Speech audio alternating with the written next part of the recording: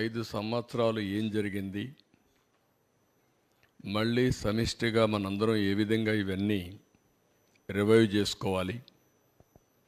ఆ రోజు ఎన్నికల ముందు మేము ఒకటే చెప్పాం, ప్రజలు గెలవాలి, రాష్ట్రం నిలబడాలి. ప్రజలు గెలిపించారు, ప్రజలు గెలిచారు. వాళ్ళ మనోభావాల్ని, అదే మరిగా వాళ్ళ యాస్పిరేషన్స్ని మేము గౌరవించాల్సిన అవసరం ఉంది, సాధించాల్సిన అవసరం ఉంది. అయితే ఈరోజు రాష్ట్రంలో ఉండే ప్రత్యేకమైన పరిస్థితులు కూడా రోజు రోజుకు ఎంత తవ్వితే అంత భయంకరంగా కనపడొస్తున్నాయి. ఎంత లోతుందో మాకే తెలియదు. ఓసారి చెప్తారు సముద్రంలోకి దిగితే తప్ప లోతు తెలియదని. ఆ పరిస్థితిలో ఉంది. ఇది ఒక డిపార్ట్మెంట్ని కాదు, అన్ని డిపార్ట్మెంట్లో ఇదే పరిస్థితి ఉంది. అయితే ఎవరైతే మమ్మల్ని గౌరవించి మా మీద నమ్మకం పెట్టుకుని ఒక హిస్టారికల్ విక్టరీకి దోహదపడ్డారో వాళ్ళ కాన్ఫిడెన్స్ తీసుకొని ఎప్పటికప్పుడు అన్ని విషయాలు కూడా వాళ్ళకి చెప్పి మళ్ళీ ఏం చేయాలని చేయడం కోసమే ఈ ఎక్సర్సైజ్ స్టార్ట్ చేశాం. 1కి 10 సార్లు మేము చెప్పాల్సిన అవసరం ఉంది, అందరూ కూడా ఆలోచించాల్సిన అవసరం ఉంది. ఫైనల్గా ఏ విధంగా నిర్ణయాలు చేసి ఈ యొక్క వ్యవస్థని ఘాట్లో పెట్టాలి, ఆర్థిక వ్యవస్థను మళ్ళీ ఏ విధంగా పరిపుష్టి చేయాలి, మళ్ళీ అటు సంక్షేమం ఇటు అభివృద్ధి రెండు కూడా సమాంతరంగా ఏ విధంగా తీసుకుపోవాలనో ఆ ఎక్సర్సైజ్ స్టార్ట్ చేశాం. అందుకే 3వ వైట్ పేపర్ ఇది. అది కూడా చాలామందికి వైట్ పేపర్ అంటే మాకేంటి సంబంధం అనుకుంటారు. ఇవన్నీ వాస్తవాలు మీ ముందర పెట్టడం, యథార్థాలు మీకు తెలియజేయడం. మీరందరూ కూడా ఎన్ని పనులున్నా కామన్ మ్యాన్ కూడా, మామూలు పేదవాడు కూడా దృష్టి పెట్టవలసిన అవసరం ఉంది. ఎప్పుడు కూడా ఒక పరిపాలన అంటే సమర్థవంతమైన పాలన ఉంటే ఆ సమర్థవంతమైన పాలన వల్ల మెరుగైనటువంటి ప్రయోజనాలు పేదవాళ్ళకు కలుగుతాయి. దానివల్ల వాళ్ళ కష్టానికి తోడుగా మేము చేసే పనుల వల్ల కూడా వాళ్ళకు లాభం వస్తుంది. అట్లా కాకుండా పేదవాళ్ళ ప్రభుత్వంతో మాకు సంబంధం లేనుకుంటే, ఒక బాధ్యత లేకుండా ఆలోచిస్తే వచ్చే కష్టాలకు కూడా మనం భరించాల్సి వస్తుంది.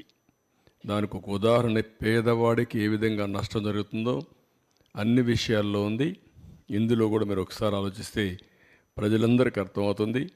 నేను ఒకటే చెప్తున్నా, పదే పదే మీలో చైతన్యం తేవడానికి, మీకు అర్థం కావడానికి, మీ భవిష్యత్తుతో వీళ్ళు ఏ విధంగా ఆడుకున్నారు, మీ భావితరాల, మీ పిల్లల భావితరాల భవిష్యత్తు పైన ఎట్లా వీళ్ళు దెబ్బతీశారు అనే విషయాలు చెప్పడం నా బాధ్యత. అవి చెప్పి మీలో కూడా మీ ఆలోచనలు కూడా తీసుకొని, సామాన్య ప్రజానికం ఆలోచనలు తీసుకుంటాం, మీడియా ఆలోచనలు తీసుకుంటాం, బయట ఇంటలెక్చువల్స్ ఆలోచన తీసుకుంటాం. మళ్ళీ ఒక మెరుగైన పాలన ద్వారా మళ్ళీ రాష్ట్రాన్ని ముందుకు తీసుకుపోవడం కోసం ఈ ఎక్సర్సైజ్ చేస్తున్నాం. ఈరోజు అతి ముఖ్యమైన సబ్జెక్ట్ ఇది. పవర్, విద్యుత్ శక్తి. కరెంటు లేనిదే ఈరోజు ఎవ్వరి జీవితాలు కూడా, ప్రతి ఒక్కరి జీవితాలు, ప్రతి ఒక్క రంగం పవర్తో ముడిపడి ఉంది, విద్యుత్ శక్తితో ముడిపడి ఉంది. దీన్ని ఎంత సమర్థవంతంగా మనం అమలు చేసుకోగలిగితే అంత మెరుగైన జీవన ప్రమాణాలు, అదే మరిగా మనకు అన్ని విధాల లాభం జరిగే పరిస్థితి వస్తుంది. గత చరిత్ర కూడా ఒక స్లైడ్లో నేను చెప్పిన తర్వాత మొత్తం డీటెయిల్స్గానే వస్తాను. నెక్స్ట్, ఇది మీరు ఇక్కడ చూస్తే 95-2004 నేను మొట్టమొదటిసారిగా ముఖ్యమంత్రి అయినప్పుడు పవర్ సెక్టర్ రిఫార్మ్స్ 1.0 తీసుకొచ్చాం. That was the beginning. ఈ దేశంలో ఎవ్వరూ చేయలేనప్పుడు ఒక్క ఒరిస్సానే పవర్ సెక్టర్ రిఫార్మ్ తీసుకొచ్చి ఫెయిల్ అయ్యి వదిలిపెట్టారు. అప్పుడు నేను పవర్ సెక్టర్ రిఫార్మ్స్కి వెళ్ళాను. ఆ పవర్ సెక్టర్ రిఫార్మ్స్ వచ్చినప్పుడు దాన్ని మళ్ళీ మీకు ఎక్స్ప్లెయిన్ చేస్తాను. 2014 నుంచి 2019 మళ్ళీ నేను వచ్చే కొందికి నాకు 22.5 మిలియన్ యూనిట్లు కరెంటు కొరత వారసత్వం. అప్పుడే 2.0. ఈసారి సోలార్, విండ్, ఇన్నోవేటివ్ పవర్ కోసం ముందుకు పోయాం. అవి కూడా ఏ విధంగా వచ్చాయి మీకు ఎక్స్ప్లెయిన్ చేస్తాం. 19-24 phenomenal increase in power tariff. నేను ఎన్నికల ముందు చెప్పాను, కరెంటు ఛార్జీలు పెంచకుండా వినూత్నమైన ఆలోచనలతో ఏ విధంగా చేయాలనో చేసి చూపిస్తానని చెప్పాను.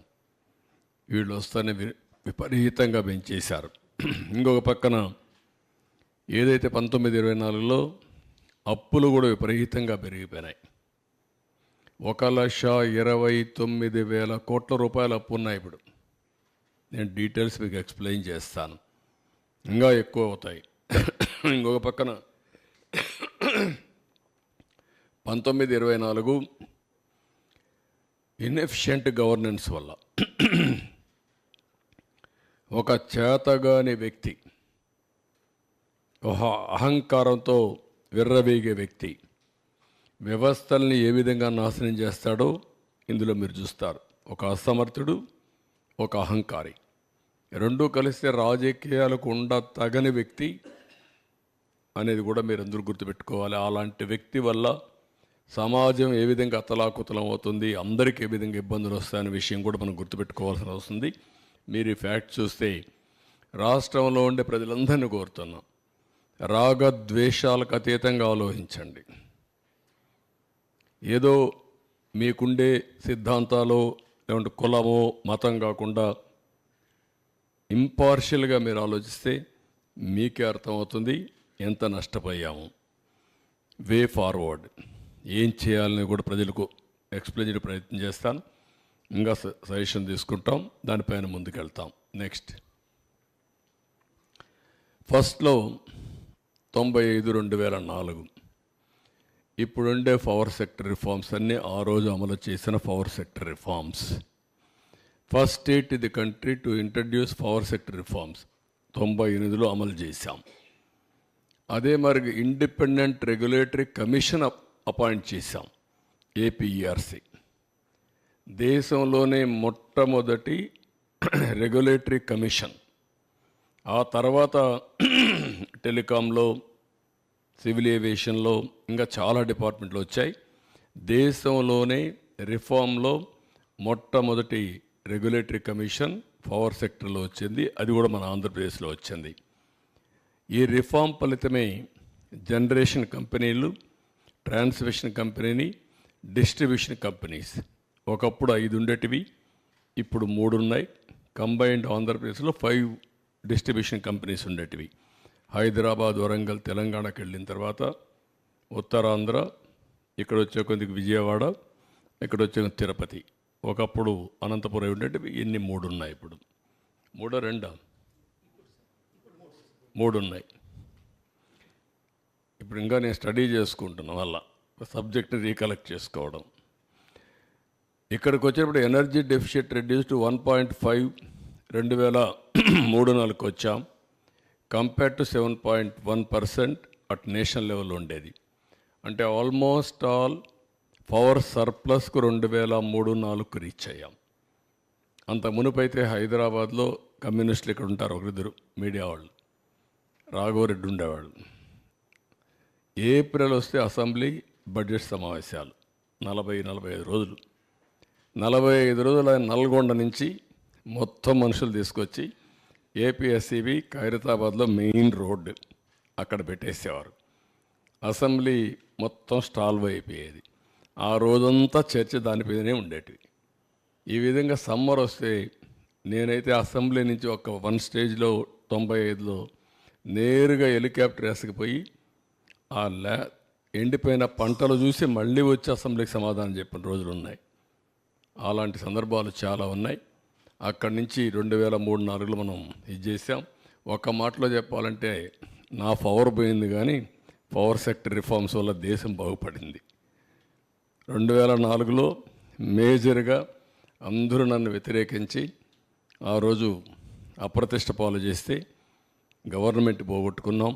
కానీ ఒక తృప్తి, నేను చేసిన పవర్ సెక్టర్ రిఫార్మ్స్ శాశ్వతం, దేశం బాగుపడింది, మన రాష్ట్రం కూడా బాగుపడే పరిస్థితికి వచ్చింది.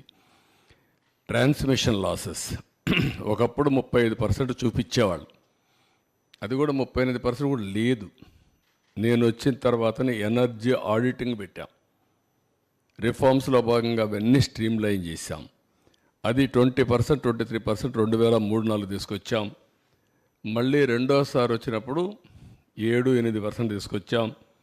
నేను ఎప్పుడు ప్రపంచం అంతా చూసి 2-3% రావాలని చెప్పేవాడిని. ఆ విధంగా మొత్తం ట్రాన్స్మిషన్ లాసెస్ కానీ డిస్ట్రిబ్యూషన్ లాస్ కానీ పెద్దగా ఎత్తుగా తగ్గించాం. Next 14-19 power sector reforms 2.0. ఇక్కడ గ్రోత్, డిమాండ్ అండ్ కన్జంప్షన్ రెండు చూసుకున్న తర్వాత ఫస్ట్ టైం మీరు చూస్తే 22.5 మిలియన్ యూనిట్లు కరెంటు కొరత బై డిసెంబర్ 2014కి పవర్ మేనేజ్మెంట్ చేశాం. అక్కడి నుంచి బై జనవరి 2018కి అంత సర్ప్లస్ తీసుకొచ్చాం. ఇక్కడ మీరు చూస్తే పీక్ డిమాండ్ 6,784 మెగావాట్ల నుంచి 9,453 మెగావాట్లకు పెంచాం, 39%. కన్జంప్షన్ 40,174 మిలియన్ యూనిట్ల నుంచి 54,555 మిలియన్ యూనిట్లు పెంచాం, 36%. No power cuts, no tariff increase, no quality problems. Quality power ఇచ్చాం. పవర్లో మనం గుర్తుపెట్టుకోవాల్సింది, లో వోల్టేజ్ ఉన్నా బల్బులు కాలిపోతాయి, హై వోల్టేజ్ ఉన్నా కాలిపోయే పరిస్థితి వస్తుంది. అలాంటి పవర్ సప్లై చేయగలిగాం. Per capita consumption grow at 1003 యూనిట్ల నుంచి 1,234 యూనిట్లు పెంచగలిగాం, 23%. ఆల్ ఇండియా లెవెల్లో 1010 నుంచి 1,181 పెంచారు, 17%. గవర్నమెంట్ ఆఫ్ ఇండియా ప్రోగ్రామ్స్ అన్నీ తీసుకున్నాం. ఐపీడిఎస్, DDU-GYA, Uday, power for all, ఇవన్నీ తీసుకొని ఒక 5,000 కోట్ల రూపాయలు గ్రాంట్ తీసుకొచ్చాం గవర్నమెంట్ ఆఫ్ ఇండియా నుంచి. ఫస్ట్ మూవర్ అడ్వాంటేజ్ పెట్టి అవన్నీ తీసుకొచ్చాం. అంత మునుపు కూడా వరల్డ్ బ్యాంక్ గ్రాంట్ తీసుకొచ్చాం.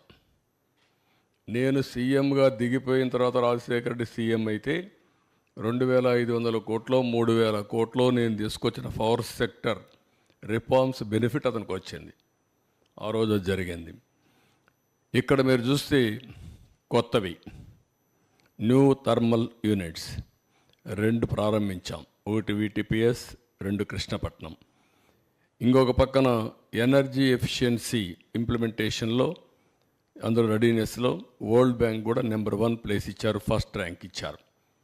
నెక్స్ట్ ఇక్కడ మీరు చూస్తే ఏపీ జెన్కో ఇన్స్టాల్డ్ కెపాసిటీ 4,114 మెగావాట్ల నుంచి 3,099 మెగావాట్లు పెంచాం, 75% పెరిగింది, 7,213 మెగావాట్లు అయింది. ట్రాన్స్మిషన్ కెపాసిటీ 29,863 MVA నుంచి 17,124 MVA పెంచాం, ఈ దగ్గర 57%.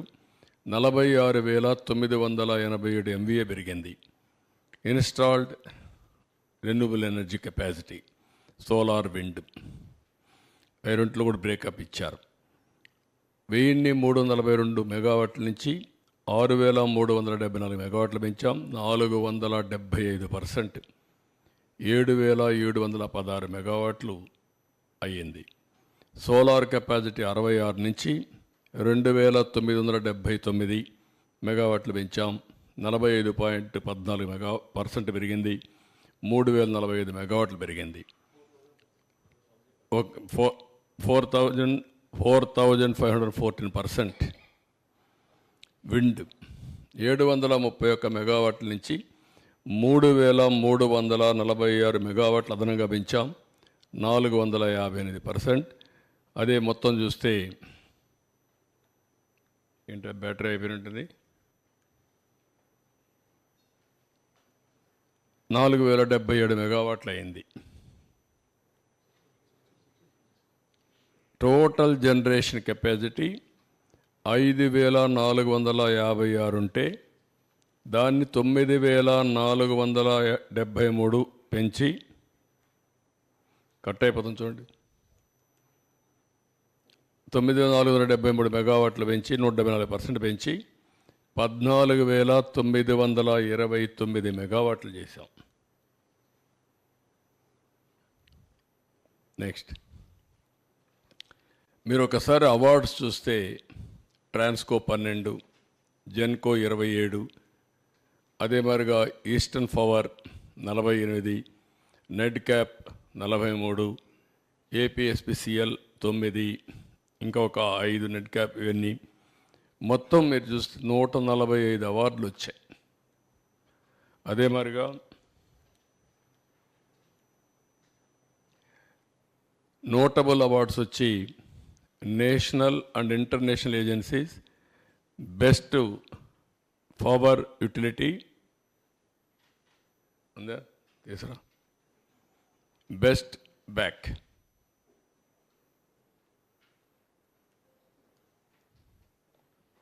చూసుకోండి, జాగ్రత్త చూసుకోండి.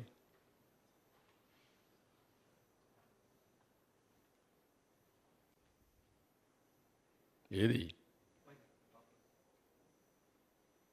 ఓకే, ఇది కరెక్ట్గా రావడం లేదు, ఎతకాలి, అలవాటు కావాలి. బ్యాక్ మొత్తం మీరు చూస్తే బెస్ట్ పవర్ యూటిలిటీ,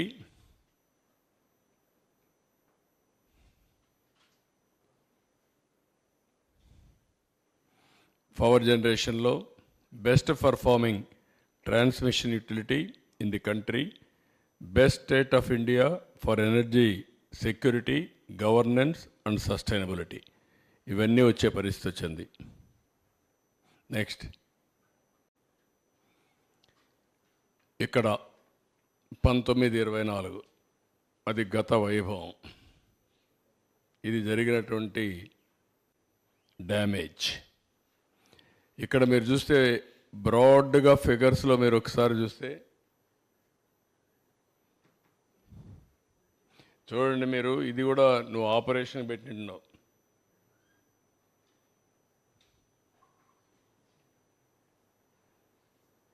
రెండో కన్ఫ్యూజ్ అవుతుంది, తీసుకెళ్ళి ఒళ్ళు దగ్గర పెట్టుకొని పనిచేయండి, తమాషాలు ఆడుతున్నారు. ఇక్కడ మీరు చూసినప్పుడు టారిఫ్ బర్డన్ ఆన్ కన్జ్యూమర్స్, గవర్నమెంట్లో కూడా ఉండేవాళ్ళు అమరు పని చేస్తున్నారు, వారసత్వంగా వచ్చాయి మాకు ఇవన్నీ.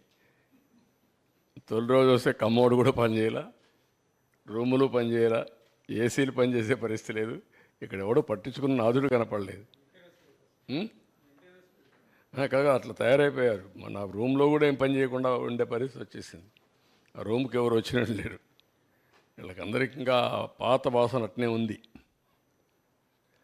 ఇక్కడ చూసినప్పుడు టారిఫ్ బర్డన్ ఆన్ కన్జ్యూమర్స్ 32,166 కోట్లు పడింది.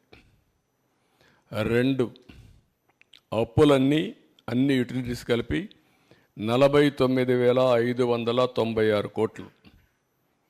ఇవి కాకుండా ఇన్ఎఫిషియంట్ గవర్నెన్స్ వల్ల ఏ ప్రాజెక్ట్ ఎప్పుడు ప్రారంభించాలనో ప్రారంభించకుండా పోవడం, అవన్నీ క్లోజ్ చేసి షార్ట్ టర్మ్ పర్చేసెస్ చేయడం, ఇష్టానుసారంగా చేసిన దానివల్ల 47,741 కోట్లు పెరిగింది.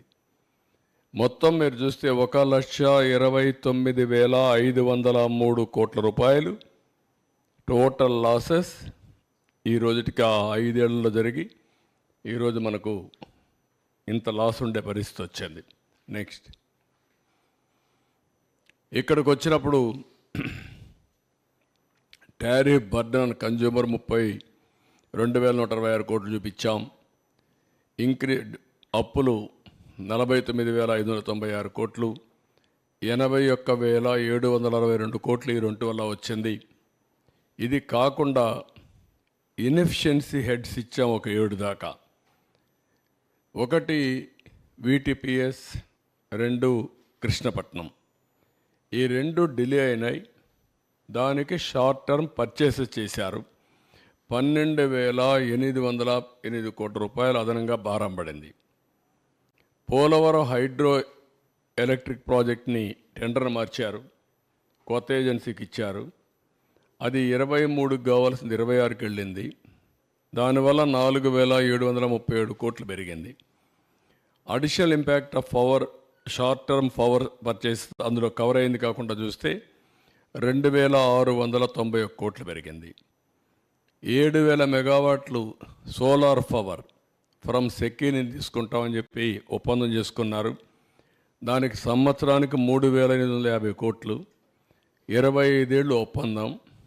అది అదనంగా 25 ఏళ్ళు పడుతుంది. ఇంకా రాబోయే రోజులు ఇంకా స్టార్ట్ కాలేదు, అది ఎప్పటి నుంచో స్టార్ట్ అవుతుంది కూడా చూపిస్తాను. తర్వాత interest burden due to borrowings 10,892 కోట్లు పడింది. Accumulated losses due to poor performance of discoms and also APP DCL 9,618 కోట్లు. బ్యాకింగ్ డౌన్ ఆ పవర్ స్టేషన్ని కెపాసిటీ తగ్గించడం, నిలిపేయడం, ఆ టైంలో షార్ట్ టర్మ్ పర్చేసెస్ కొనడం, ఇలాంటి కొన్ని చేశారు. దానివల్ల ఒక 3,135 కోట్లు పెరిగింది. అంటే మన కెపాసిటీ ఉంది, ఆ పవర్ ప్రాజెక్ట్ ఆపరేట్ చేయరు, థర్మల్ ఆపరేట్ చేయకుండా వదిలిపెట్టి బయట కొన్నారు. దానివల్ల కూడా విపరీతంగా పడింది. మొత్తం కలిస్తే 47,740 కోట్లు. గ్రాండ్ టోటల్ చూసినప్పుడు 1,29,503 కోట్లు పెరిగింది.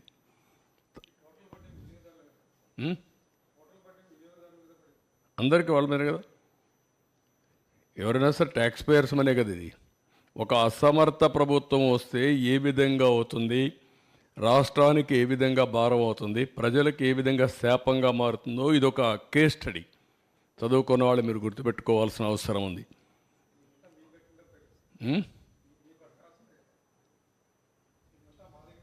మీ దగ్గర నుంచి వస్తే చేస్తారు, ఇంకెక్కడి నుంచి చేస్తారు? రాష్ట్రంలో అన్ని మీ దగ్గర నుంచి. నెక్స్ట్ ఇక్కడ మీరు చూస్తే 1924 ఇన్వెస్టర్స్ కాన్ఫిడెన్స్ పోయింది, బ్రాండ్ ఇమేజ్ దెబ్బతినింది. ఇక్కడ సోలార్ విండ్కి పీపీఎల్ని రీనెగోషియేట్ చేస్తామన్నారు. సోలార్ విండ్ పీపీఎస్ అన్నీ లీగల్ ఛాలెంజెస్ అన్ని తీసుకొచ్చారు. ఏపీ హైకోర్టు అవన్నీ చెప్తూ క్వశ్చన్ లేదు, మీరు పే చేయాలని. వీళ్ళు వాడుకోకుండా ఉన్నదాన్ని కోర్టు ఆదేశాలతో ఫిక్స్డ్ ఛార్జెస్ పే చేయాల్సి వచ్చింది.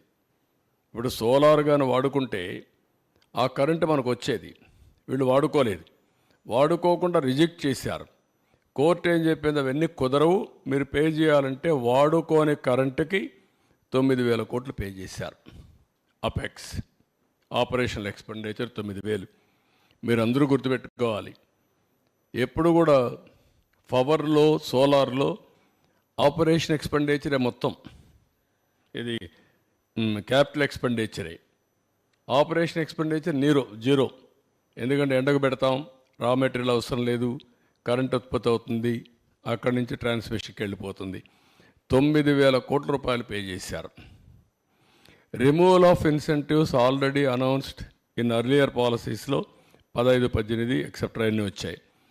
21 విండ్ మిల్స్ పీపీఏలు అవన్నీ అగ్రిమెంట్స్ ఇది చేశారు. అవన్నిటి వల్ల కూడా మళ్ళీ ఏపీఆర్సీ క్యాన్సిల్ చేసి 21 విండ్ దీన్ని చేశారు. హైకోర్టు డైరెక్ట్ చేసింది, వాళ్ళకు కూడా పే చేయాలని చెప్పారు. మొత్తం కూడా this is the burden. Next ఇంకొక పక్కన మీరు చూస్తే cancellation of contracts AP Transco with CRDA contract work వచ్చి 1,315 కోట్లు. అప్పటికి ఎక్స్పెండిచర్ పెట్టింది 406 కోట్లు. ఇప్పుడు అడిషనల్గా అయ్యేది 280 కోట్లు అవుతుంది. ఇప్పుడు ఎస్టిమేట్స్ చూస్తే 1,190 కోట్లు. అంటే ఈ వర్క్ క్యాన్సిల్ చేసిన దానివల్ల రాజధానిలో 281 crores అడిషనల్గా 280 కోట్లు అడిషనల్ ఎక్స్పెండిచర్ అవుతుంది, ధరల పెరిగింది దానివల్ల.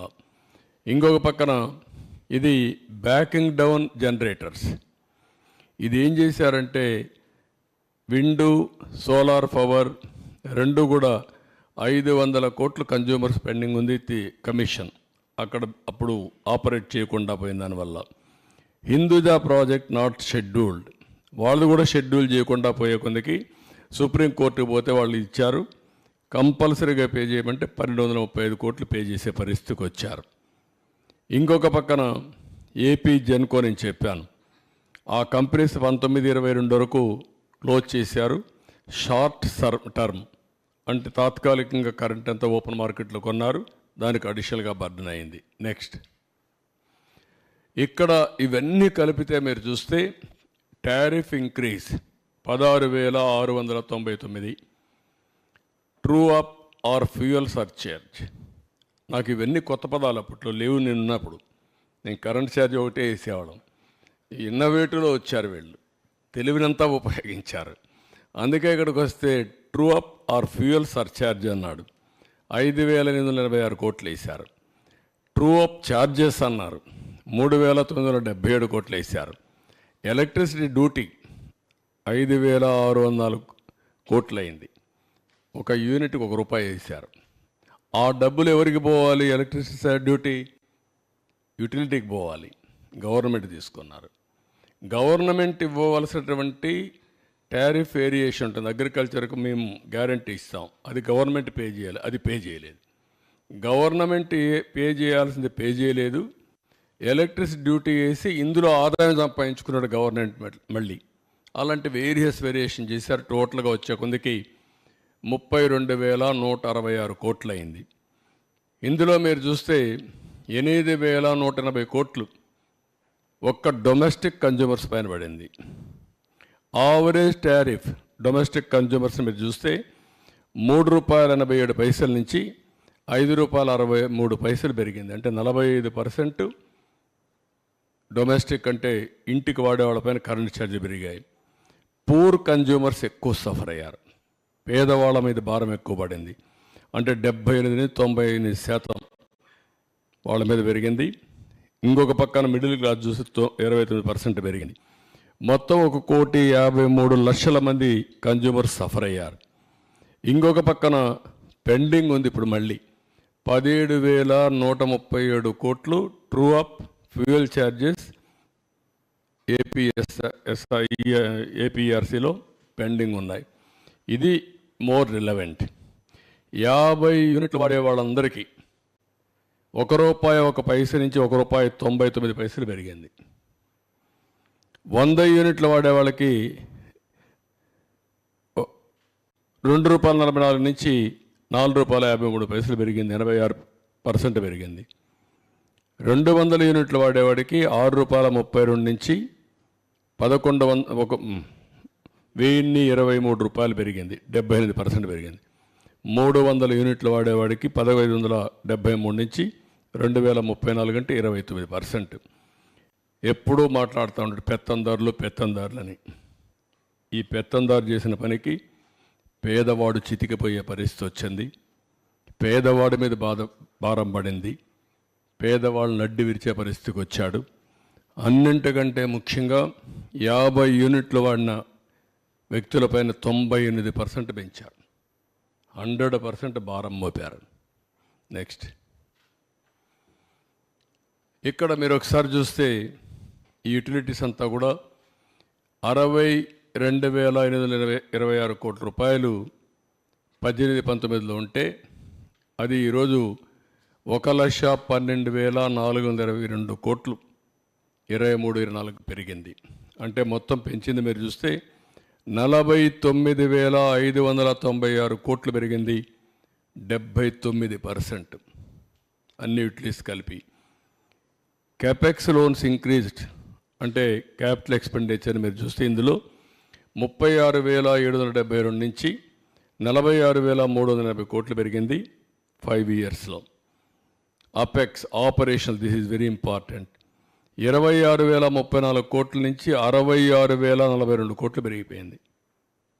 అంటే దగ్గర 40,000 కోట్ల రూపాయలు ఆపరేషనల్ ఎక్స్పెండిచర్ పెరిగింది. అదే మరి ఇంకొక పక్కన short term borrowings at higher interest rate 11.11% తీసుకొచ్చారు. దీనివల్ల అడిషనల్ బర్డను 10,592 కోట్లు షార్ట్ టర్మ్ లోన్స్ మీద లాస్ట్ 5 ఇయర్స్ పడింది. అంటే టోటల్ లోన్స్ ఇంక్రీజ్డ్ బై మొత్తం ఎలక్ట్రిసిటీ బోర్డులో 50,000 కోట్లు ఈ 50,000 కోట్లు ప్లస్ 32,000 కోట్లు సంవత్సరం భారం. ఇది మనం గుర్తుపెట్టుకోవాలి. ఎంత భారం వేశారనే దీనికి ఎగ్జాంపుల్ ఇది. నెక్స్ట్, ఇక్కడ ఇవన్నీ కూడా దీనికి రావాల్సిన డబ్బులు ఎలక్ట్రిసిటీ డిపార్ట్మెంట్కి కానీ యూటిలిటీస్కి కానీ గవర్నమెంట్ సబ్సిడీ అంత మునుపు కూడా ఉండేది, కొంత పెండింగ్. 7,680 కోట్లు ఉంటే అది 12,681 అయింది, 65% పెరిగింది. డిపార్ట్మెంట్స్ అన్ని అరియర్స్ 5,265 నుంచి 15,157 కోట్లు పెరిగింది, 188% పెరిగిపోయింది. ట్రూ అప్ ఫ్యూయల్ ఛార్జెస్ 17,137 కోట్లు ఇప్పుడు కూడా ఈఆర్సీ నుంచి ఎలక్ట్రిసిటీ కమిషన్ నుంచి రావాలి. అదర్ గవర్నమెంట్ రిసీవబుల్స్ 7,116 కోట్లు పెండింగ్ ఉన్నాయి. తెలంగాణ నుంచి 7,703 కోట్లు డ్యూస్ ఉన్నాయి. ఇవన్నీ చూస్తే మొత్తం కూడా 52,091 కోట్లు అందులో ఇంకా 1-2 అడిషనల్గా వచ్చాయి. అవన్నీ చూసినప్పుడు 52,091 కోట్లు వీళ్ళకి బకాయిలు వేరియస్ ప్లేసెస్ నుంచి రావాలి. అవుట్ స్టాండింగ్ రిసీవబుల్స్ ఇంక్రీజ్ ఒకప్పుడు 12,945 కోట్లు ఉంటే అది ఇప్పుడు 52,091 కోట్లు పెరిగి 39,146 కోట్ల రూపాయలు, 302% పెరిగాయి బకాయిలు. హెల్త్ ఆఫ్ ది ఆర్గనైజేషన్ పూర్తిగా క్షీణించిపోయే పరిస్థితికి వచ్చింది, చాలా సమస్యలు వచ్చాయి. నెక్స్ట్, ఇక్కడికి వచ్చినప్పుడు గవర్నెన్స్ వల్ల, చేతగాని పరిపాలన వల్ల, రిపీట్గా చెప్తున్నా మీరు గుర్తుపెట్టుకోవాలి. ఒక్కొక్కసారి పెద్ద పెద్ద కంపెనీలు కూడా ఇన్వెస్ట్మెంట్ పెట్టినప్పుడు చేతగాని మేనేజ్మెంట్ వస్తే అవన్నీ కూడా బీఎఫ్ఆర్కి వెళ్ళిపోతాయి, ఉండే ఆస్తులు కూడా పోతాయి. ఆ విధంగా వీళ్ళు చేశారు. వీటీపీఎస్ కృష్ణపట్నం డిలే, దీని నష్టం 12,818 కోట్లు. Polavaram hydro electric project delay 4,737 కోట్లు. Additional impact of short term power purchases, ఇది అదనంగా 2,691 కోట్లు. 7,000 మెగావాట్ల సోలార్ పవర్ సెకీ ద్వారా కొనేదానిలో సంవత్సరానికి 3,850 కోట్లు. ఇంట్రెస్ట్ బర్డన్, ఎక్కువ అప్పులు చేశారు, దానికి వడ్డీ కట్టాలి, దాని భారం 10,892 కోట్లు. ఏవైతే అక్యుములేటెడ్ లాస్ వచ్చాయో అవన్నీ మీరు చూస్తే డిస్కామ్స్లో, ఏపీపీ డిసిఎల్లో 9,618 కోట్లు. బ్యాకింగ్ డౌన్, వాలంటరీగా నిలిపేసి షార్ట్ పర్చేస్ కొన్నారు, షార్ట్ టైం పర్చేసెస్ కొన్నారు, దానికి 3,035 కోట్లు. మొత్తం కలిసి ఒక అసమర్థుడి పరిపాలన వల్ల 47,741 కోట్లు అయింది. అంటే తిక్కలోడు తిరణాలకు పోతే ఎక్కడో దగ్గర సరిపోయిందంటారు. ఆ పరిస్థితిలో మనం ఉన్నాం. ఏంటిది? ఏంటి పరిపాలన? ఇలాంటి వాడు అర్హత ఉందా పరిపాలించడానికి? ఇలాంటి వ్యక్తుల్ని సపోర్ట్ చేస్తే ఏమవుతారు? ఎక్కడా లేనంత నష్టం జరిగింది. అది నా బాధ, ఆవేదన. ప్రతి ఒక్కరు అర్థం చేసుకోవాల్సిన అవసరం ఉంది. ఇంకా ఫర్దర్గా డీటెయిల్స్ పోతే నెక్స్ట్, ఇది ఒకసారి చూస్తే వీటీపీఎస్ 55 నెలలు డిలే అయింది కమెన్స్మెంట్కి, నిలిపేశాడు. డబ్బులు కొరత లేదు, డబ్బులున్నాయి, ప్రాజెక్ట్ స్టార్ట్ చేసాం, కావాలని ఇది ఉండాలన్నా వద్దా అని డిలే చేసి తర్వాత ఆపరేట్ చేశారు. 55 నెలలు డిలే అయింది. దాని కాస్ట్ వచ్చి 2,029 కోట్లు అదనంగా కాస్ట్ పడే పరిస్థితికి వచ్చింది. అదే మరి ఇంకొక పక్కన 21 మిలియన్ యూనిట్స్ని ప్రొక్యూర్ చేశారు. దానివల్ల భారం 4,895 కోట్లు. కృష్ణపట్నం స్టేజ్ 2, అది కూడా 800 మెగావాట్లు, 44 నెలలు డిలే అయిపోయింది. దాని కాస్ట్ వచ్చి మీరు చూస్తే ఎక్స్లవేషన్ 2,035 కోట్లు. ఇంకొక పక్క 12,000 మిలియన్ యూనిట్లు ప్రొక్యూర్ చేశారు, దీని కాస్ట్ 3,860 కోట్లు. మొత్తం ఇక్కడ చూస్తే ఇవన్నీ కలిపి టోటల్ డిలే అయిన దానివల్ల 12,818 కోట్లు. ఎవడైనా సరే గవర్నమెంట్లో ప్రాజెక్ట్ వచ్చిన తర్వాత సమర్థులను పెట్టుకొని ఇమీడియట్గా ఆపరేట్ చేస్తారు, కంప్లీట్ చేస్తారు. ఒక అసమర్థుడి యొక్క దీనివల్ల నీళ్ల పోసిన ఇదయింది. 12,500 కోట్లు పోయింది. నెక్స్ట్, ఇది పోలవరం టర్న్కీ కాంట్రాక్ట్ అవార్డు ఇచ్చారు 6 డిసెంబర్ 2017. కమిషన్ చేసింది 2023. టర్మినేట్ చేశారు మళ్ళా దాన్ని చేసి 26 వరకు కొత్త కాంట్రాక్ట్కి ఇచ్చారు. ఆన్ గోయింగ్ ఆర్బిట్రేషన్ ఇంకా సెటిల్ కాల. అది సెటిల్ అయితే 1,500 కోట్లు. పాతవాడికి 1,500 కోట్లు సెటిల్ చేయాలి. ఇప్పుడు కొత్తవాడు వచ్చింది 26కి వస్తాడు, 23కి పవర్ వచ్చేది. అక్కడి నుంచి ఇంపాక్ట్ అండ్ వేరియేషన్ ఆఫ్ ఇది మొత్తం ప్రైస్ వేరియేషన్ 350 కోట్లు అవుతుంది. Generation losses 2000 units for Yanam. Additional burden 1,155 కోట్లు 24 వరకు. ఇంకా పెరిగితే ఇంకా పెరుగుతుంది. టిల్ జనవరికి అయితే 3,000 మిలియన్ యూనిట్లు 1,732 కోట్లు. టోటల్గా 4,737 కోట్ల రూపాయల నష్టం చేశాడు. ఒక ఈ ప్రాజెక్టు వల్ల, డిలే వల్ల, చేతగానితనం వల్ల, అహంకారి వల్ల అదనంగా 1,500 కోట్లు పే చేస్తున్నారు. ఒక వ్యక్తి అహంకారానికి ఎంత ప్రైస్ ఉందో మీరు గుర్తుపెట్టుకోవాలి. ఎంత రాష్ట్రం పే చేస్తూ ఉందో గుర్తుపెట్టుకోవాల్సిన అవసరం ఉంది. Next, short term power purchases.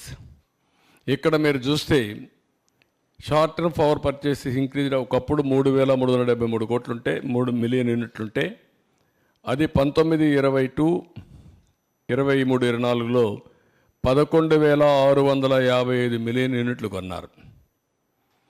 Average short term purchases cost increased from ₹4.02 ఒకప్పుడు ఉంటే ఇప్పుడు ₹7.61 పెరిగింది. 89% కాస్ట్ పెరిగింది.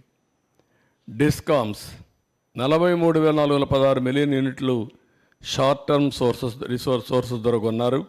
5 ఏళ్ళు 26,030 కోట్ల రూపాయలు కన్జ్యూమర్స్ పైన భారం పడింది. ఇవన్నీ కూడా ఫ్యూయల్ ట్రూ అప్ కానీ, ఫ్యూయల్ సర్చార్జెస్ కానీ ఇవన్నీ కూడా వేసి మొత్తం 12,250 కోట్ల రూపాయలు అదనంగా భారం పడింది. ఇందులో మీరు చూస్తే షార్ట్ టర్మ్ పర్చేసెస్ 43,416 మిలియన్ యూనిట్లు కొన్నారు. టోటల్ కాస్ట్ 26,030 కోట్లు. ఇది అడిషనల్ బర్డన్, అంటే మామూలు రేటు కంటే వ్యత్యాసం. నెక్స్ట్, ఇంకొక పక్క 7,000 మెగావాట్ల సోలార్ పవర్ సెకి నేను చెప్పాను మీకు. ఇది 3,000 మెగావాట్లు సెప్టెంబర్ 2024కి వస్తుంది, ఇంకా రాలా. తర్వాత ఇంకొకటి 3,000 మెగావాట్లు సెప్టెంబర్ 25కి వస్తుంది. ఇంకొక 1000 మెగావాట్లు సెప్టెంబర్ 26కి వస్తుంది. ఎప్పుడు కూడా ముందుగానే కొనేసి వేరియస్ డెవలప్మెంట్ సోలార్లో వస్తాయి. వచ్చినప్పుడు మనం ఇక్కడ తయారు చేసుకోవచ్చు. ఇప్పుడు ఇన్నోవేటివ్ ఐడియాస్ వచ్చాయి. ట్రాన్స్మిషన్ లాసెస్ జీరో చేసుకునే అవకాశం ఉంటుంది. అంటే సబ్స్టేషన్లోనే పవర్ జనరేట్ చేసుకుంటే అక్కడి నుంచే కనెక్ట్ చేస్తే ట్రాన్స్మిషన్ లాసెస్ ఏమి ఉండవు. ఇప్పుడు ఇక్కడ ట్రాన్స్మిషన్కే 3,550 కోట్ల నుంచి 4,350 కోట్లు పే చేయబోతున్నారు ఫర్ ఇయర్. ఒక ట్రాన్స్మిషన్కి రాజస్థాన్ నుంచి ఇక్కడికి తీసుకురావడానికి దిస్ ఈజ్ ది ప్రైస్. ఏమనాలి? ఆశ్చర్యం వేస్తుంది. ఇలాంటి నిర్ణయాలు చేశారు. అది మరికి చూస్తే 5,287 మెగావాట్లు ఇక్కడ విండు లైసెన్స్ అగ్రిమెంట్ అయ్యారు.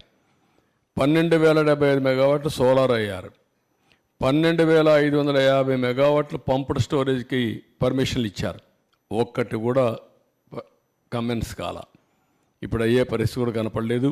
ఇప్పుడు అవన్నీ ఏం చేయాల్సిన అవసరం ఉంది. ఇవన్నీ కూడా దీనివల్ల ఎక్కడికక్కడ అదనపు భారం పడింది. Net present value of addition burden due to the above.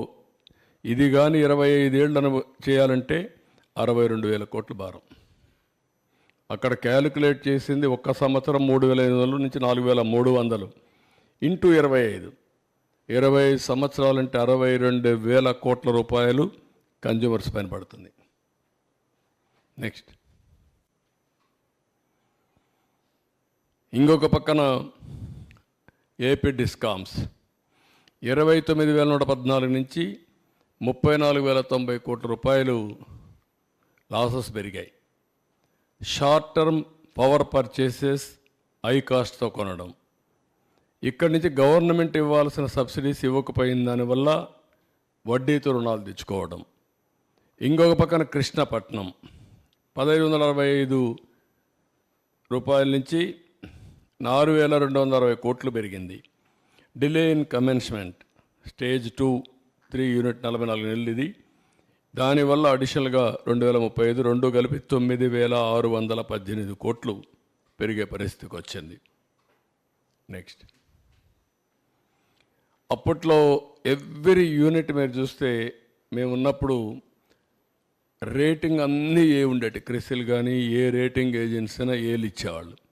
ఇప్పుడు C, B, D, D, C, B, C minus all these things వచ్చే కొందికి అడిషనల్ ఇంట్రెస్ట్ 1.1% పెరిగింది. రేటింగ్ దేనికోసం అంటే క్రెడిబిలిటీ. రేటింగ్ బాగుంటే ఇంట్రెస్ట్ తక్కువ ఇంట్రెస్ట్ మనకు రుణాలు ఇస్తారు. దానివల్ల పెంచిన దానివల్ల మీరు చూస్తే 2,442 కోట్లు అదనంగా అది ఒక భారం పడింది 5 ఏళ్లలో మినిమం. ఇదొక నష్టం. నెక్స్ట్,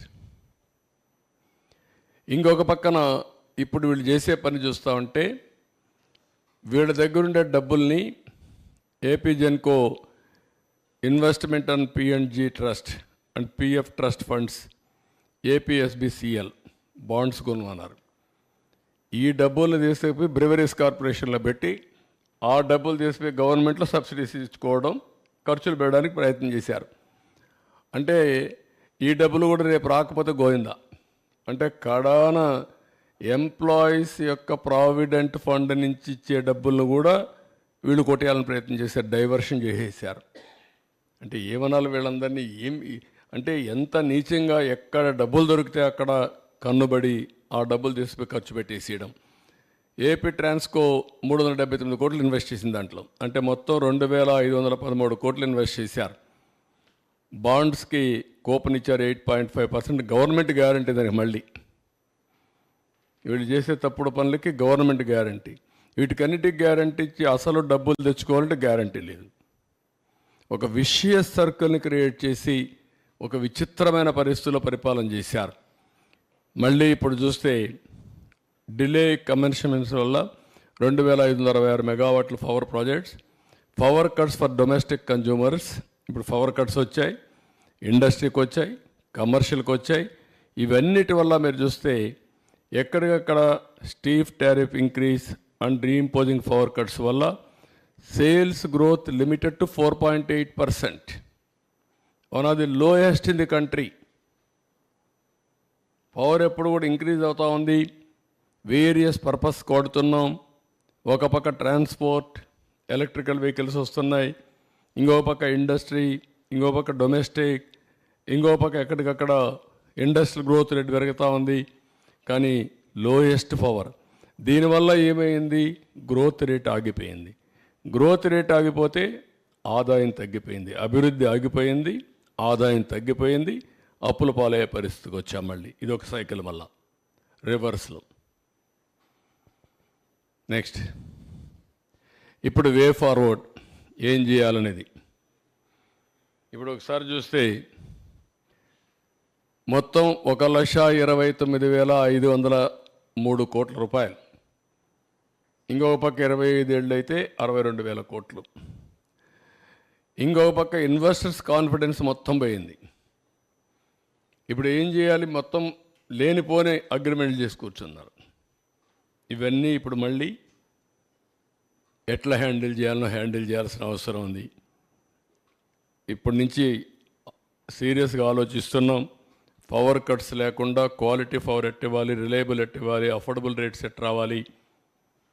అదే సమయంలో ఎనర్జీ సెక్టర్ కూడా ర్యాపిడ్గా ట్రాన్స్ఫార్మ్ అవుతూ ఉంది. చాలా మార్పులు చేర్పులు వస్తున్నాయి, ఊహించిన పరిణామాలు వస్తున్నాయి. ఇవన్నీ కూడా అధ్యయనం చేసుకొని ఏదైతే ఒకప్పుడు 1.0 నేనే పవర్ సెక్టర్ రిఫార్మ్ తీసుకొచ్చాం, సెకండ్ పవర్ సెక్టర్ రిఫార్మ్స్ 2.0 తీసుకొచ్చాం, ఇప్పుడు 3.0 పవర్ సెక్టర్ రిఫార్మ్స్ ఎట్లా ట్రాన్స్ఫార్మ్ చేయాలనో ఈ సెక్టర్ని ఎట్లా రివైవ్ చేయాలి, రీస్ట్రక్చర్ చేయాలి, రీబిల్డ్ చేయాలి. ఈ మూడు కూడా చేయాల్సిన అవసరం ఉంది. దానికోసం ఆలోచిస్తున్నాం. ఇది బిగ్గెస్ట్ ఎక్సర్సైజ్. నేను అందుకే చాలాసార్లు మీకు చెప్పాను, నా లైఫ్లో ఇలాంటి వ్యవస్థలు విధ్వంసమైన సందర్భం ఎప్పుడూ చూడలేదు. 4వసారి నేను ముఖ్యమంత్రి. 4వసారి ముఖ్యమంత్రి అయిన తర్వాత ఈ సెక్టరే ఒక ఎగ్జాంపుల్. 2014లో 22.5 మిలియన్ యూనిట్లు కరెంటు కొరతుంది. దాన్ని 3 నెలలు అధిగమించాను. అక్కడి నుంచి రిఫార్మ్ తీసుకొచ్చి రేట్లు పెంచకుండా నాణ్యమైన కరెంట్ ఇచ్చాం.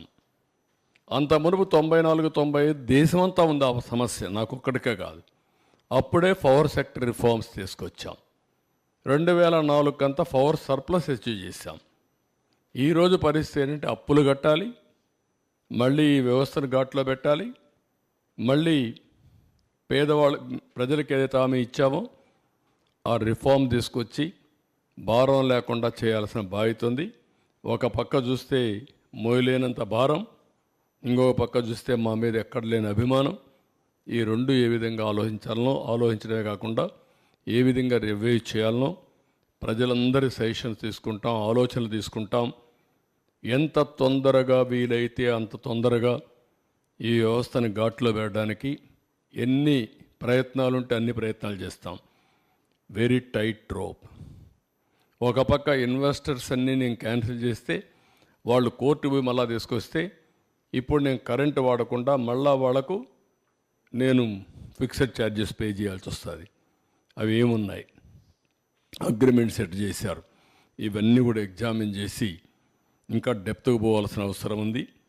ప్రైమరీగా నేను ఇస్తానన్న వైట్ పేపర్స్లో ఇది ఒక ముఖ్యమైన వైట్ పేపర్. ఇది వైటల్ కూడా. పవర్ సెక్టర్ అనేది చాలా ముఖ్యం. ఎందుకంటే ఇంకా రాబోయే రోజుల్లో ఆల్ వెహికల్స్ అన్నీ కూడా ఎలక్ట్రికల్ వెహికల్స్ వచ్చేస్తాయి. ఎవ్రీవేర్ సోలార్ విండ్ వస్తుంది.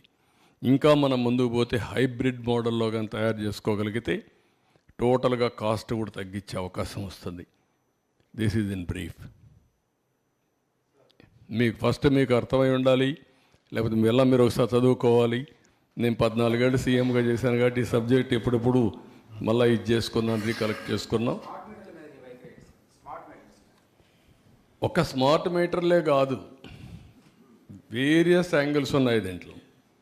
Smart meter is only small component, bigger components ఉన్నాయి దీంట్లో. హౌ టు రివైవ్ దీన్ని, ఏది ఎట్ల వరకు ఇప్పటి వరకు ఎంతవరకు ఎరెక్ట్ అయినాయి, ఎంతవరకు అగ్రిమెంట్లు ఉన్నాయి, వాళ్ళ కమిట్మెంట్స్ ఏంటి, ఆ కమిట్మెంట్స్ ఎట్లా ఓపెన్ చేయాలి, దానిపైన ఏ విధంగా పోతే కరెక్ట్గా ఉంటుంది, అవన్నీ కూడా ఎగ్జామిన్ చేయాలి. That will come back. Sir ఇప్పుడు ఈఆర్సీ దగ్గర పెండింగ్లో ఉన్న 17,000 కోట్లని ఏం చేస్తారు? అంటే గవర్నమెంట్ ఏమన్నా షూరిటీ ఇస్తుందా ఈఆర్సీకి కానీ, లేదా అదే బ్రదర్ ఇవ్వాలంటే డబ్బులు ఎక్కడ ఉన్నాయి? షూరిటీ ఇవ్వాలంటే గవర్నమెంట్ దగ్గర ఎక్కడ ఉంది? అన్ని నేను ఏంటంటే వాస్తవాలని మేము ముందర పెడుతున్నా, ప్రజల ముందర పెడుతున్నాం. దీన్ని ఏ విధంగా రివైవ్ చేయాలో ఐ విల్ కమ్ బ్యాక్. మళ్ళీ ఒక స్ట్రాటజీ వర్కౌట్ చేసుకుని ఐ విల్ కమ్ బ్యాక్. ఏం చేయాలో చేస్తాం. సార్ ఒకటి చిన్న క్వశ్చన్ ఏంటంటే సార్ ఇక్కడ sir one by one year sir Sambasivarao ఒక క్వశ్చన్. అందరికంటే ఎక్కువ భారం మోస్తున్న వాళ్ళు అతి పేదలు.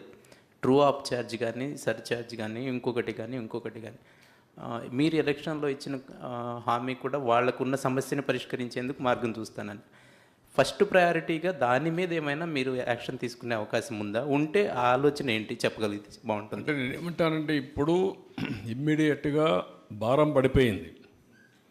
నెక్స్ట్ రెగ్యులేటరీ కమిషన్ మళ్ళీ టారిఫ్ రావాలి. ఆ టారిఫ్ కూడా ఎప్పుడు వస్తుంది మీకు?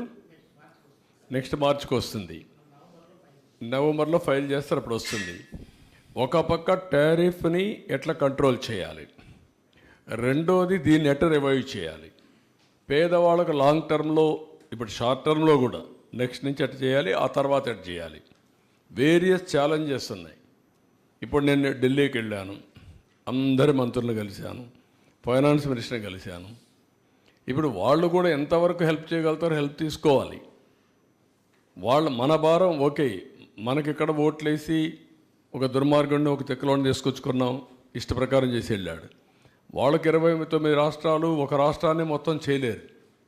మన కష్టంతో మనం చేసుకుంటూ వాళ్ళ చేయూత కూడా తీసుకోవాల్సిన బాధ్యత మన మీద ఉంది. అట్లా కాకుండా మొత్తం మీరు భారం తీసుకోండి, మీరే చేయండి అంటే ఒకవేళ ఎన్డీఏలో భాగస్వాములుగా ఉన్నా వాళ్ళకు కూడా ఇబ్బందులు ఉంటాయి. ఈ విషయం ప్రజలు గుర్తుపెట్టుకోవాలి. ఒక దుర్మార్గుడు చేసిన పనికి ఇప్పుడు తెలంగాణ ఉంది, ఆదాయం ఉంది అక్కడ. ఇక్కడ ఆదాయాన్ని కూడా చంపేశాడు, ఆదాయాన్ని చంపేశాడు, అప్పులు చేశాడు. ఇంకొక పక్క ఎక్కడ దొరికితే అక్కడ అప్పులు చేశాడు. కడాన మద్యాన్ని కూడా తాకట్టు పెట్టి 25 ఏళ్ళకు అప్పులు తెచ్చిన మహానుభావుడు. ప్రభుత్వ భూముల తాకట్టు పెట్టి అప్పులు తీసుకొచ్చిన వ్యక్తి. ఇది చాలా డిబేట్ జరగాలి. ఇప్పుడు నా 45 ఏళ్ల రాజకీయ జీవితంలో ఎప్పుడూ చూడనటువంటి దుర్మార్గమైన పాలనని ఈ 5 ఏళ్లలో చూసాం, అంతే. సార్ ఇప్పుడు 2014 నుంచి 19 వరకు పవర్ ఇంటరప్షన్ లేదు, ప్లస్ ఛార్జీలు కూడా పెంచలేదు. మళ్ళీ ఇప్పుడు నుంచి మీరు ఎన్నికల ముందు చెప్పారు, ప్రస్తుతం అందరికి ఇబ్బంది ఏంటంటే పవర్ ఇంటరప్షన్స్ లేకుండా చేసే బాధ్యత నాది. అది రేపు ఎల్లుండి చేస్తాం. ఇప్పుడే చెప్తున్నా మీ అందరి ముందర, మా విజయానందకి, ట్రాన్స్కు అందరికీ చెప్తున్నా, we are very clear, I'm very clear. Everywhere meters ఉంటాయి, బీ కేర్ఫుల్. ఎవడైనా సరే ఎక్కడైనా సరిగా పని చేయకపోతే ఆ రికార్డు తీసుకొని will take firm action. Voltage ఉంటుంది, ఎప్పుడు కట్ అయ్యేది ఉంటుంది, అప్ టు సబ్స్టేషన్ వరకు ఉంటుంది, ఈవెన్ ఇంటి వరకు కూడా ట్రాక్ చేసే అవకాశాలు ఉన్నాయి. కాబట్టి ఎక్కడైనా సరే అది ఉంటే ఆ సిస్టమ్ ఎస్టాబ్లిష్, ఆ సిస్టమ్స్ కూడా చంపేశారు. ఒకప్పుడు ఇక్కడ కంట్రోల్ రూమ్ పోతే యూ కెన్ మానిటర్ ఎవ్రీథింగ్. ఇప్పుడు ఆ రికార్డ్స్ కూడా లేకుండా చేశారు. వీళ్ళు కూడా డిస్టర్బ్ చేశారు. వీళ్ళు వచ్చిన తర్వాత ఎవడు పట్టించుకోదు, వీళ్ళు పట్టించుకోడు, వదిలేశారు. Now I'm asking them, current కోతలు అనేది రాకూడదు, లో వోల్టేజ్ ఉండకూడదు, కరెంటు క్వాలిటీ ఇవ్వాలి. దట్ నిన్న మొన్న కూడా కొన్ని కంప్లైంట్స్ వస్తున్నాయి. You alert everybody by taking teleconference and video conference. Not ఎవన్ single complaint రావడానికి వీల్లేదు. ఒరిజినల్గా మీరందరూ గుర్తుపెట్టుకోవాల్సింది, ఒరిజినల్గా రిఫార్మ్స్ తెచ్చిన ముఖ్యమైన ఉద్దేశం ఏంటంటే నాణ్యమైన కరెంటు తక్కువ ధరకు ఇవ్వడానికి పవర్ సెక్టర్ రిఫార్మ్స్ తీసుకొచ్చాం. అందుకే ఎలక్ట్రిసిటీ డిపార్ట్మెంట్లో మీరు చూస్తే అన్ని డిపార్ట్మెంట్ల కంటే ఎక్కువ శాలరీస్ ఎలక్ట్రిసిటీ డిపార్ట్మెంట్లో ఉంటాయి. ఎందుకంటే ఇక్కడ కష్టపడి పని చేస్తున్నారనే ఉద్దేశంతోనే రిఫార్మ్లో ముఖ్యమైన ఉద్దేశం ఎంప్లాయీస్ హ్యాపీగా ఉండాలి, మెరుగైన సేవలు కన్జ్యూమర్స్కి అందించాలి. Sir agriculture pump sets, one by one. Sir agriculture pump సెట్స్కి స్మార్ట్ మీటరింగ్ ఒకటి ఏర్పాటు చేస్తున్నారు కదా సార్. ఇప్పటికే 50,000 వరకు ఇన్స్టాలేషన్ చేశారు. అది కంటిన్యూ చేస్తారా లేకపోతే ఇతర చేస్తారు? మీరు అపోజిషన్లో ఉన్నప్పుడు కూడా మేము తీసేస్తామని ఒక హామీ ఇచ్చారు. మేము అది కూడా వర్కౌట్ చేస్తున్నాం. ఒకవేళ ఈ స్కీమ్లో ఓవరాల్ స్కీమ్ అది ఎంత రేట్ ఉంది అవి కూడా చూసుకోవాలి. రెండోది అగ్రిమెంట్లు ఏమైనా చూసుకోవాలి. మూడోది ఒకవేళ అలాంటి మీటర్లు పెట్టుంటే మళ్ళా వేస్ట్ చేయకుండా అక్కడే సోలార్ ప్యానల్స్ కూడా ఇచ్చి గవర్నమెంట్ ఖర్చుతోనే ఇచ్చి 4-5 ఏళ్ళలో రీపేమెంట్ కూడా అయిపోతుంది. వాళ్ళే ఆపరేట్ చేసుకుంటారు, పవర్ ఉపయోగించుకుంటారు. సర్ప్లస్ ఉంటే డిపార్ట్మెంట్కి ఇస్తారు, తిరిగి డబ్బులు పే చేసే విధానం కూడా తీసుకొస్తాం. ఒక 25% ఎక్కువ కానీ పెట్టామనుకోండి వాళ్ళకు, ఆ 25% డిపార్ట్మెంట్కి ఇవ్వచ్చు. To that extent will pay money. అయితే ఇవన్నీ కాస్ట్లు కూడా చెక్ చేసుకోవాలి. సార్ 2 క్వశ్చన్లు ఉన్నాయి సార్. ఒకటి, power generation units back down అయినాయి లాస్ట్ 5 ఇయర్స్లో. But at the same time operational expenditure more than 40,000 crores పెరిగింది. ఎక్కడ ఈ ఆపరేషనల్ ఎక్స్పెండిచర్ ఎక్కడ ఖర్చు చేశారు? ఒకటి. 2, are you going to revise the proposal to enter in to agreement with SECI? What I have to go through all these things. నేను ఎమోషన్గా నేను ఏదంటే నోటుకొచ్చి మాట్లాడితే నా క్రెడిబిలిటీ పోతుంది. ఫస్ట్ ఆఫ్ ఆల్ ఏం చేసినా have to go through systematically. Agreement విలువ ఎన్ని, ఇన్వెస్టర్ కన్విన్స్ చేయడమా, వేస్ట్ ఆఫ్ ఎక్స్పెండిచర్ వస్తే ఏం చేయగలుగుతామో ట్రాన్స్పరెంట్గా చేయాలి, కన్విన్స్ చేయాలి. సార్ ఇప్పుడు ఇది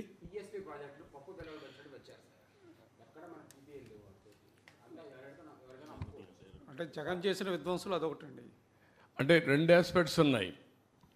ఒకవేళ బయట వెళ్ళాయనుకోండి ఈ ప్రాజెక్టులు, మనకు నష్టం లేదు, మన కన్జ్యూమర్ అయితే పడకుంటే చాలు మనకు. ఇప్పుడు దానివల్ల కూడా మీకు ఏమవుతుందంటే కొన్ని ప్రాజెక్టులు, కొన్ని హబ్స్ వాళ్ళు తయారు చేసుకుంటారు. గవర్నమెంట్ ఆఫ్ ఇండియా నేను మాట్లాడినప్పుడు Andhra Pradesh is also one of the state to go for green hydrogen. ఇప్పుడు ఉదాహరణకు ఒకప్పుడు మనం ఏం చేసామంటే విశాఖపట్నంలో 2000 మెగావాట్లు ఇంపోర్ట్ కోల్తో ఎన్టీపీసీ పవర్ జనరేషన్కి ఇచ్చాం. ఇప్పుడు వాళ్ళు ఏమంటున్నారు, మేము దానికి పోలేము, కాస్ట్ ఎక్కువ అవుతుంది, మేము గ్రీన్ హైడ్రోజన్కి పోతాం అదే సైట్లో, మీరు పర్మిషన్లు ఇవ్వండి మాకు. విశాఖపట్నంలో ఉండే థర్మల్ ప్లాంట్ను కూడా గ్రీన్ థర్మల్ ప్లాంట్గా మారుస్తాం పొల్యూషన్ లేకుండా.